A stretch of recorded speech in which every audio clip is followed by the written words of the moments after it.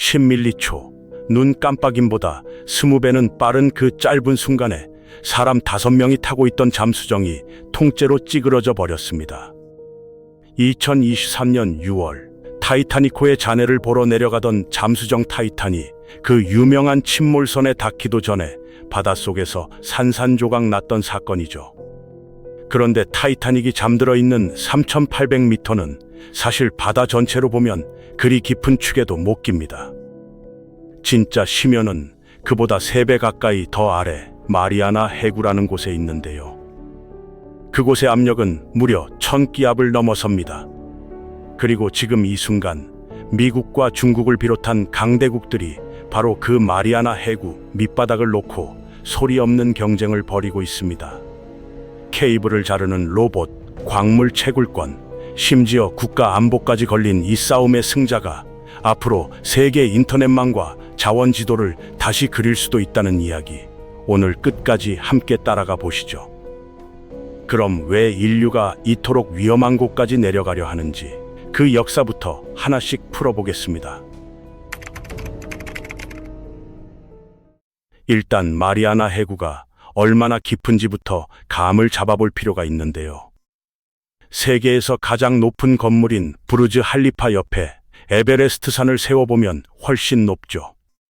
그런데 마리아나 해구의 가장 깊은 지점인 챌린저 해연은 그 에베레스트 정상을 통째로 집어넣어도 2km 넘게 남는 깊이입니다. 해수면 기압을 1이라고 하면 타이타닉이 있는 3,800m 지점에서는 380배로 뛰고 챌린저 해연 바닥에서는 1000배를 넘어서는데요. 이 정도 압력이면 사람 몸은 버틸 수가 없고 잠수함처럼 내부와 외부 압력 차이를 만들어내는 구조물이 조금이라도 균열이 생기면 그 즉시 찌그러져 버립니다. 앞서 말한 타이탄 사고가 바로 이 압력 차이 때문에 벌어진 일이었죠. 사실 사람이 맨몸으로 바닷속에 들어간 역사는 굉장히 오래됐습니다. 고대 그리스와 로마 사람들은 아무 장비 없이 30m 가까이 잠수해서 해면과 진주, 조개를 채취했다고 하는데요. 조금이라도 빨리 가라앉으려고 무거운 돌을 껴안고 뛰어드는 사람도 있었다고 합니다. 당시 로도스 해상법이라는 규정을 보면 14m 깊이에서 침몰선 보물을 건져 올리면 그중 3분의 1을 가질 수 있었고 27m부터는 절반까지 나눠 가질 수 있었다는데요. 보상이 컸던 이유는 명확합니다. 그만큼 위험했기 때문이죠. 차가운 수온과 압력 때문에 귀 안쪽 고막이 터지는 일도 흔했다고 전해집니다. 사람 몸을 바닷속 압력으로부터 지켜주는 장비가 등장한 건 훨씬 나중의 일입니다. 1691년 영국 과학자 에드먼드 헨리가 나무로 만들고 안쪽에 납을 덧댄 잠수종을 개발했는데 빈통을 가죽 호스로 연결해 계속 신선한 공기를 공급받는 방식이었습니다. 이 장치 덕분에 헨리는 18m 깊이에서 1시간 반이나 버틸 수 있었죠. 약 150년 뒤 미국인 리처즈와 월콧이 이 잠수종을 개선한 특허를 받았고 비슷한 시기에 사람이 걸어 다닐 수 있는 잠수복도 만들어져 20m 안팎까지 활동 범위가 넓어졌습니다. 다만 더 깊이 들어가려면 사람이 직접 몸으로 부딪히는 방식으로는 한계가 있었습니다.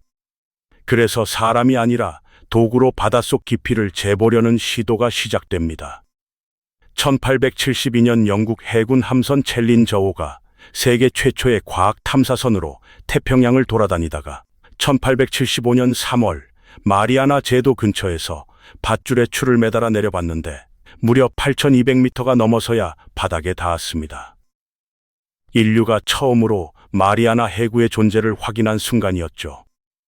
1899년에는 미국 탐사대가 같은 지점에서 다시 측정했는데 이번엔 9,600m를 넘겼습니다. 이때부터 전 세계 모험가들 사이에서 이 미지의 심연을 처음으로 정복하겠다는 야심이 불붙기 시작했습니다. 그런데 사람이 직접 그 깊이까지 내려가려면 잠수복 수준으로는 어림도 없었기 때문에 압력을 견디는 튼튼한 밀폐 구조물이 필요했습니다.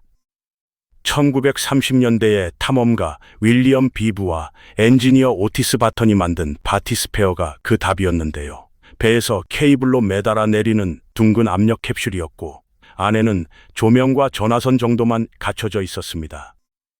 1930년 버뮤다 근처에서 435m까지 내려갔고 1934년에는 923m까지 도달해서 어둠 속에서 스스로 빛을 내는 생물들을 처음으로 목격했습니다.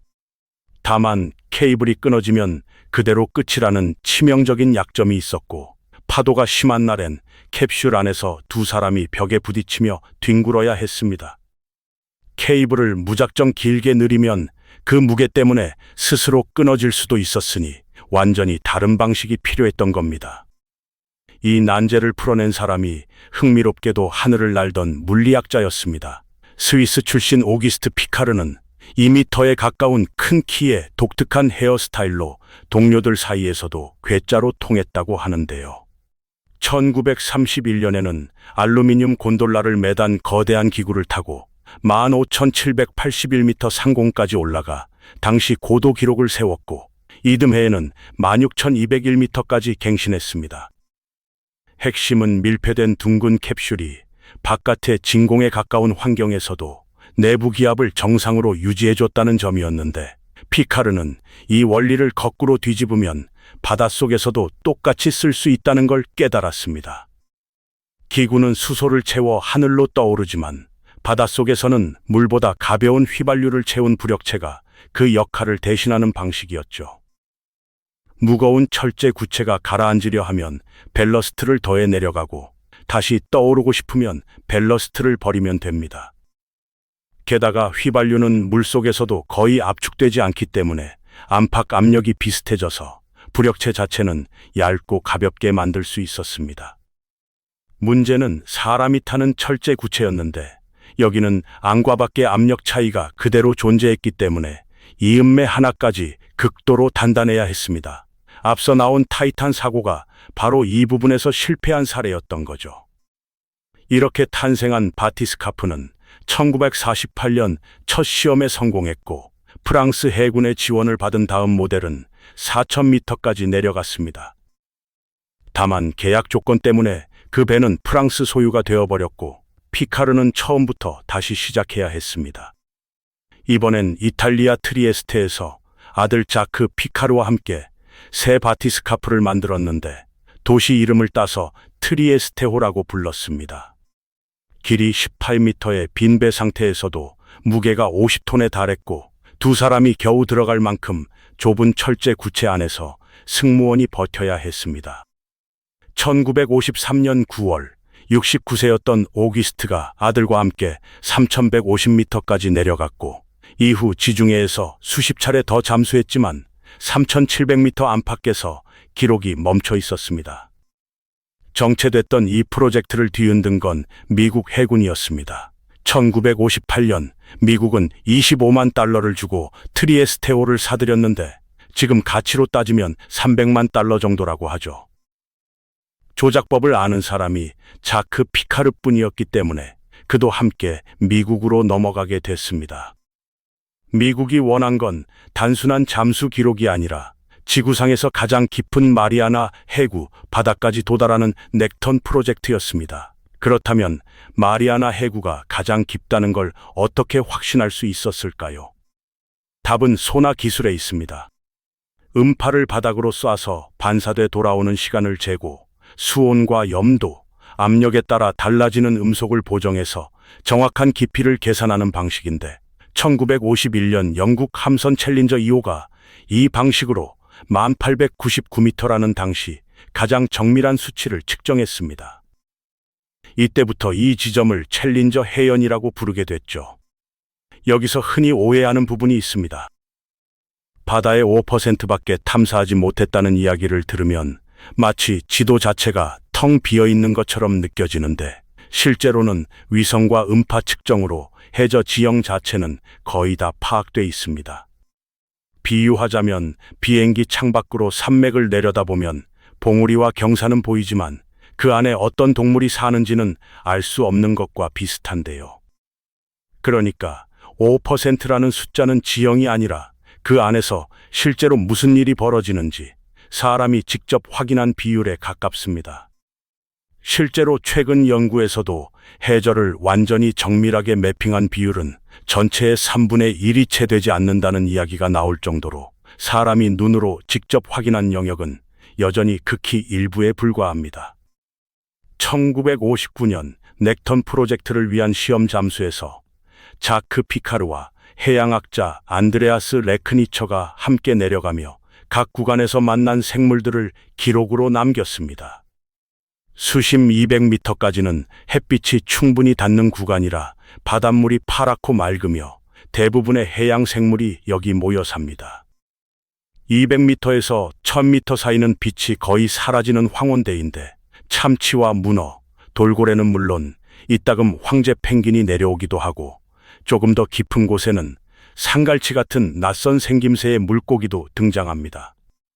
이 구간에서 사람이 스쿠버 장비로 도달한 최고 기록을 세운 이는 이집트 장교 아메드 가브르인데 내려갔다 올라오는 데만 무려 14시간이 걸렸다고 합니다.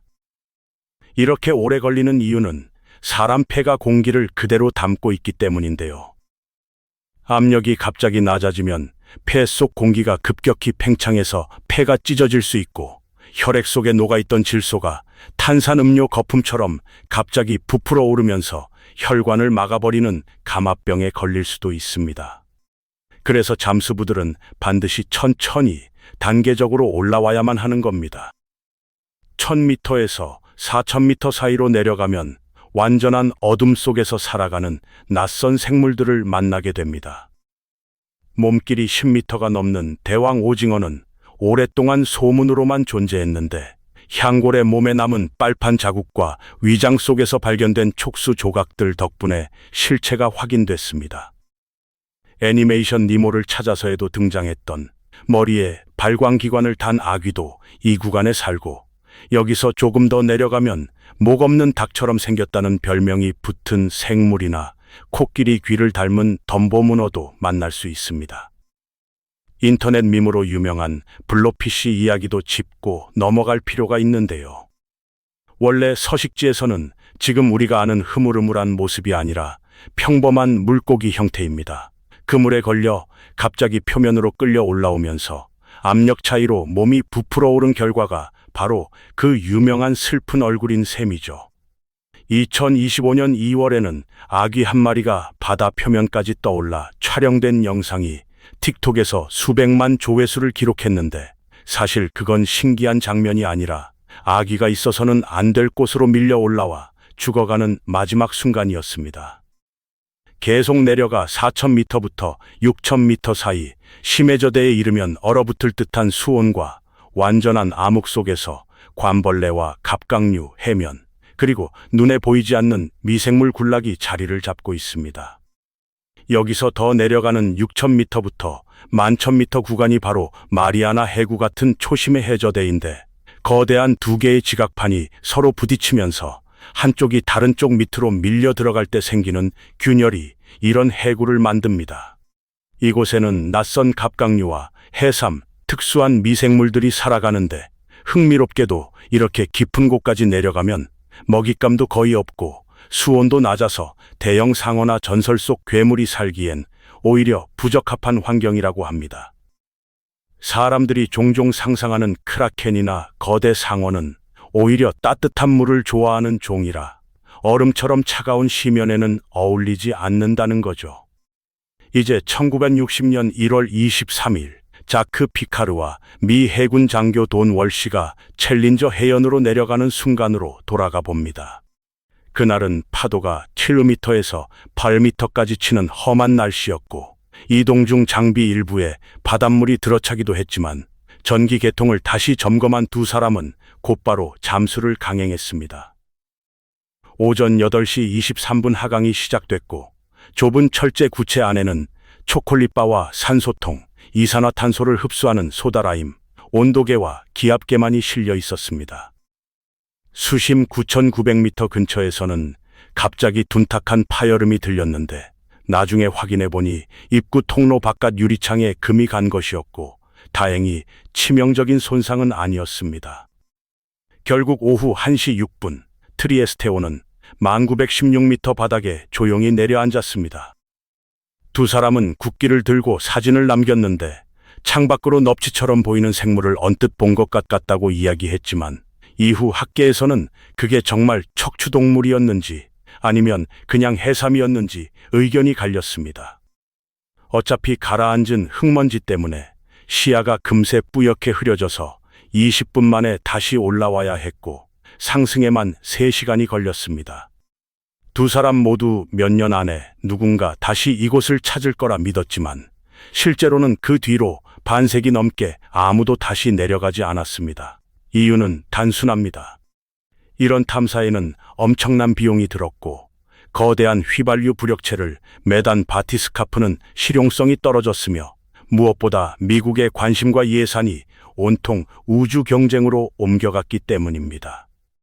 심해 탐사는 위험한 기록 경쟁 대신 표본 채취와 지형 조사 같은 저위험 과학의 영역으로 옮겨갔습니다. 이런 흐름은 남극 탐험이나 달 착륙에서도 반복됐던 패턴인데 한동안 잊혔다가 기술이 무르익고 누군가 다시 불을 지피면 열기가 되살아나곤 합니다. 그 불씨를 다시 지핀 사람이 바로 타이타닉과 아바타, 터미네이터를 만든 감독 제임스 캐머런입니다. 그는 실제 타이타닉 잔해를 여러 차례 직접 눈으로 확인했고 2차 대전 당시 침몰한 독일 전함 비스마르크호도 목격한 인물인데 2012년 마리아나 해구 최신부에 도전하기로 결심합니다. 호주에서 제작된 딥시 챌린저호는 트리에스테호보다 무게가 10분의 1도 안 됐지만 훨씬 많은 과학 장비를 실었고 하강과 상승 속도도 비교할 수 없이 빨랐습니다.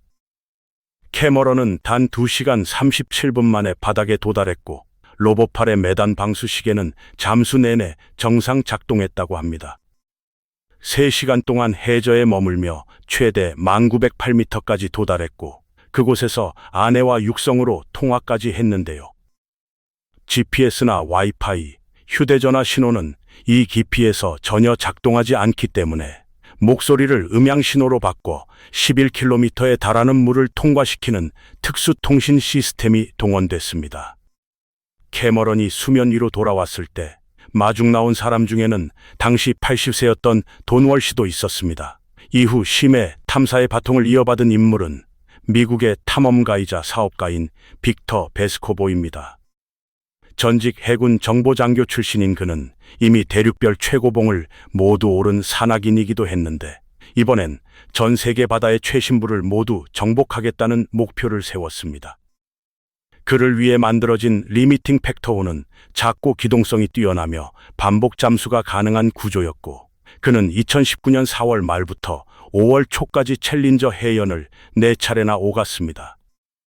이때 측정된 깊이는 1925m로 이전 기록보다 조금 더 깊게 나왔습니다.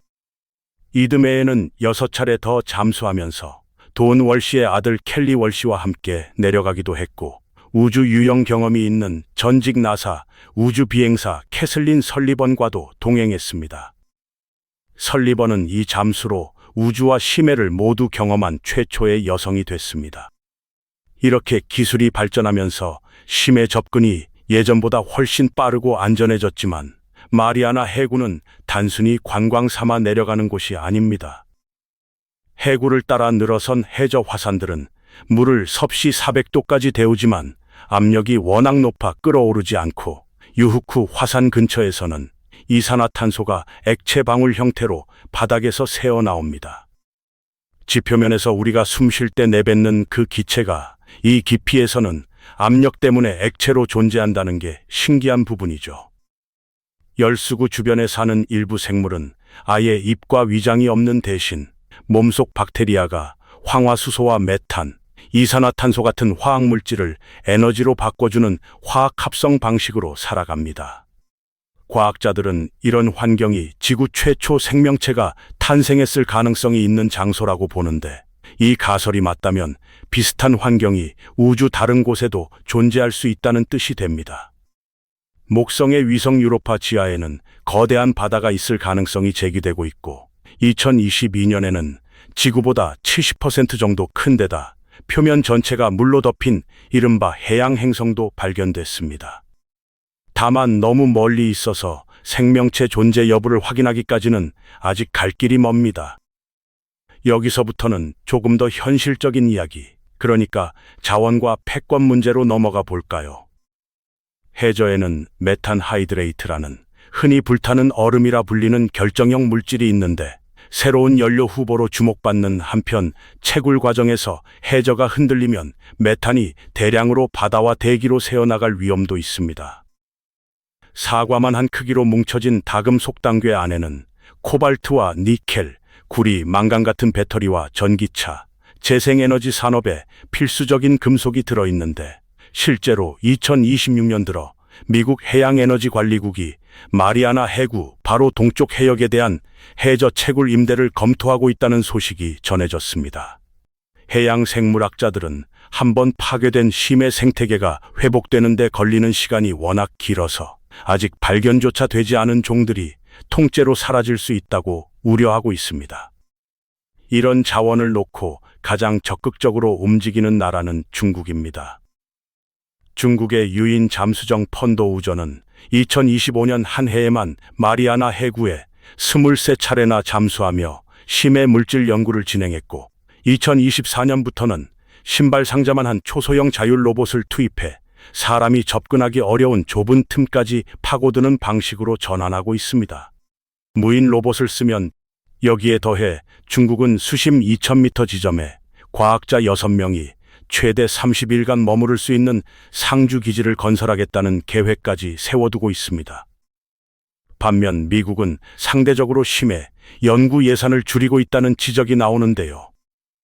물론 완전히 손을 놓은 건 아니어서 2026년에도 노아와 오션 익스플로레이션 트러스트가 탐사선 노틸러스5를 동원해 마리아나 제도 주변 해저를 계속 매핑하고 미확인 심해 서식지를 조사하는 여름철 탐사를 이어가고 있습니다.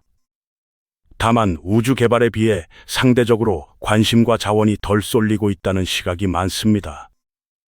이 경쟁이 단순히 자원 문제만은 아니라는 점도 중요합니다. 전 세계 인터넷 트래픽 대부분은 해저에 깔린 케이블을 통해 오가는데, 이 영상을 지금 시청하고 있는 것도 그 케이블 덕분이라고 보면 됩니다. 그런데 이 케이블은 겉보기와 달리 의외로 쉽게 손상될 수 있는 구조입니다. 최근 몇 년 사이 북해 케이블 경로 근처에서 러시아 선박이 자주 포착되면서 고의적인 파괴 행위가 아니냐는 의혹이 제기됐고, 2025년 초에는 중국이 해저에서 작동 가능한 케이블 절단 장비를 새로 선보이기도 했습니다. 이런 장비 수천 대가 만약 악의적으로 쓰인다면 무슨 일이 벌어질지 상상만으로도 아찔한 대목입니다. 결국 심해는 더 이상 극소수 탐험가의 낭만적인 도전 무대가 아니라 자원과 통신망, 안보가 뒤섞인 진짜 전략적 공간으로 바뀌고 있습니다. 인류가 달 표면 지도를 해저 지도보다 더 자세히 갖고 있다는 말이 나올 정도로 여전히 우리는 지구에서 가장 가까운 미지의 영역을 제대로 들여다보지 못하고 있는 셈이죠. 그 어둠 속에서 누가 먼저 어떤 방식으로 이 공간을 차지할지가 앞으로 세계 경제와 안보 지형을 조용히 뒤바꿀 가능성이 큽니다.